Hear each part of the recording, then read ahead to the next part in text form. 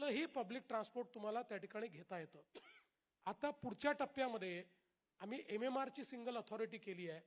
या अथॉरिटीमध्ये एका ॲपवर एका तिकिटावर MMR रिजनच्या कुठल्याही महानगरपालिकेत कुठेही तुम्ही गेलात तरी त्या ठिकाणी मेट्रो असेल, त्या ठिकाणी सबर्बन रेल्वे असेल, त्या ठिकाणची बस असेल किंवा मुंबईतली मोनो असेल किंवा पुढे वॉटर टॅक्सी जेव्हा सुरू करू तेव्हा वॉटर टॅक्सी असेल, एका तिकिटावर आपण त्याच्यावर ट्रॅव्हल करू शकाल आणि तुम्हाला तुमच्या ॲपवर त्याचा ट्रॅव्हल प्लॅन मिळेल.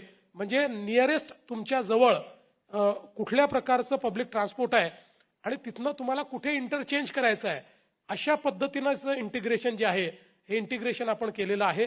त्यामुळे पब्लिक ट्रान्सपोर्ट सिस्टीम जी आहे ती ठाण्याची आणि MMR रिजनची अतिशय रोबस्ट आणि सगळी कनेक्टिव्हिटी म्हणजे हे जे 475 किलोमीटर आहे याच्यामुळे आपण उत्तर दक्षिण पूर्व पश्चिम कुठेही जा सगळीकडे पब्लिक ट्रान्सपोर्टची कनेक्टिव्हिटी आपल्याला मिळेल अशा पद्धतीनं याचं आपण त्या ठिकाणी नियोजन केलं आहे.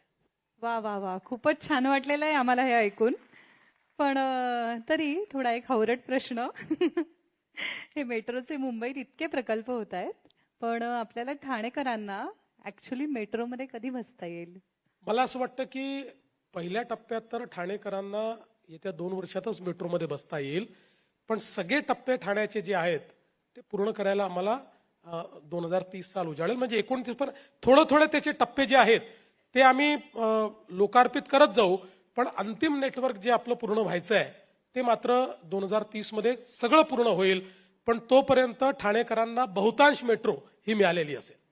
वा, छान वाटतंय ऐकून. लोकशाही मराठी ऐका, पहा, जागरूक रहा.